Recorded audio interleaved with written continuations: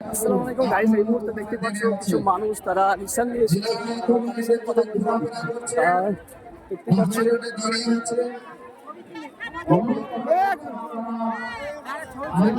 কোথা থেকে এসছে ভাই? মহেশনগর ভাই। হ্যাঁ, কোন জেলা পড়ছে? কোন জেলা? নদিয়া জেলা। তো দেখতে পাচ্ছ কিছু ভাই এসছে, তো কি কি উদ্দেশ্যে এসছো? আমাদের আজকে জুম্মা পড়তে এসছে না? তো জুম্মা পড়ার উদ্দেশ্যে এসে ইট অনেক কিছু দেখছি আপনাদের সাথে। আমরা এখানে অনুদান হিসেবে যাচ্ছি। আপনি নিয়ত ছিল যে অনুদান হিসাবে ইট দিব। তো কতজন এসছো? আমরা 22 জন এসেছি। 20 জন। চাচা, আপনার নাম কি? তো আপনার তো ইট বইটা খুব কষ্ট হচ্ছে মনে হচ্ছে। কষ্ট হচ্ছে তোমার বাবরি মসজিদের জন্য নিয়েছে। আপনি তো মনে হচ্ছে জীবনে ইট বহেননি, আজকে কিভাবে মাথায় ইট নিলে? শুধু বাবরি মসজিদের জন্য আপনি ইট মাথায় নিয়েছেন? বাবরি মসজিদ হওয়াতে কতটা খুশি আপনি? খুব খুশি। তো যাই হোক, দেখতে পাচ্ছেন মৌলভী সাহেবের সাথে কথা বলে। আসসালামু আলাইকুম। ওয়ালাইকুম আসসালাম। কেমন আছেন? কোথা থেকে এসছেন? জীবনতলা থেকে। জীবনতলা থেকে। কেমন লাগছে আপনাকে? আপনার খুব ভালো লাগছে। এখানকার মানুষ, বাইরের মানুষ, সব জায়গার মানুষ এখানে এসছে, তারা এইভাবে যে উৎসাহ করে বাবরি মসজিদকে হেল্প করছে, দান করছে। এটা খুবই ভালো। আরো চাইবো যে আরো সহযোগিতা করে আরো ভালোভাবে যেন মসজিদটা সহজে হয়ে যায়। কোনদিন ভেবেছিলেন যে এরকম এতটা সাপোর্ট পাওয়া যাবে? এতটা ভাবিনি, কিন্তু এখন ভাবছি যে আরো ভালো হবে।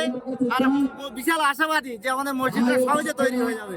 এই মসজিদ নিয়ে তো আপনার মতন কিছু মৌলবি মাওলানা উল্টাপাল্টা কথা বলছে, এটা তো খুবই খারাপ লাগছে। মসজিদ নিয়ে যারা রাজনীতি করবে, যারা ধর্ম নিয়ে সমস্যা করবে, তাদের ক্ষেত্রে অসুবিধা হবে। যারা অরিজিনাল প্রকৃত ধর্ম এই মসজিদে তো হিন্দু থেকে মুসলমানেরাই বিরোধী করছে, কেস করছে।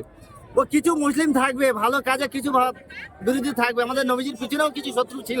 একটা মৌলবি দেখতে পাচ্ছি উল্টোপাল্টা কথা বলে বেড়াচ্ছে, মুনতাসিল বলে নামে। তার পেছনে আরেকটা মৌলবি, সেও কিন্তু উল্টোপাল্টা কথা বলছে। তো তাদের উদ্দেশ্যে কিছু বলেন।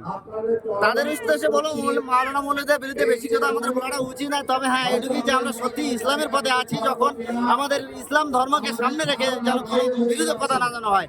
আমাদের বাবরি মসজিদ দীর্ঘ 40 বছরের লড়াই, সেই লড়াইটা আমাদের হুমায়ুন কবির সাহেব যেমন আমাদের তুলে ধরেছে, আমাদের উৎসাহ দিয়েছে, আমাদের ধর্মকে আগিয়ে দেওয়ার চেষ্টা করছে।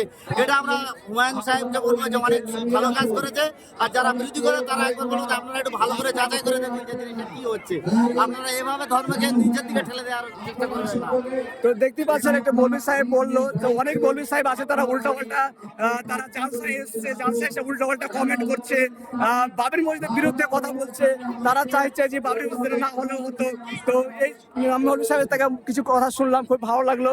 তো সেই মৌলবি সাহেবরা তো জালসায় আসছে, পয়সা নিচ্ছে, টাকা পয়সা নিচ্ছে, তারপরেও তারা কেন বিপক্ষে কথা বলছে? এগুলো উচিত আছে?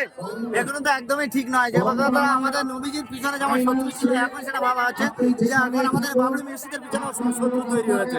সেই ক্ষেত্রে আমি বলবো যে শত্রুতা না করে সহযোগিতার হাত এগিয়ে দাও। তো আরো কিছু ভাইজান ছিল। তো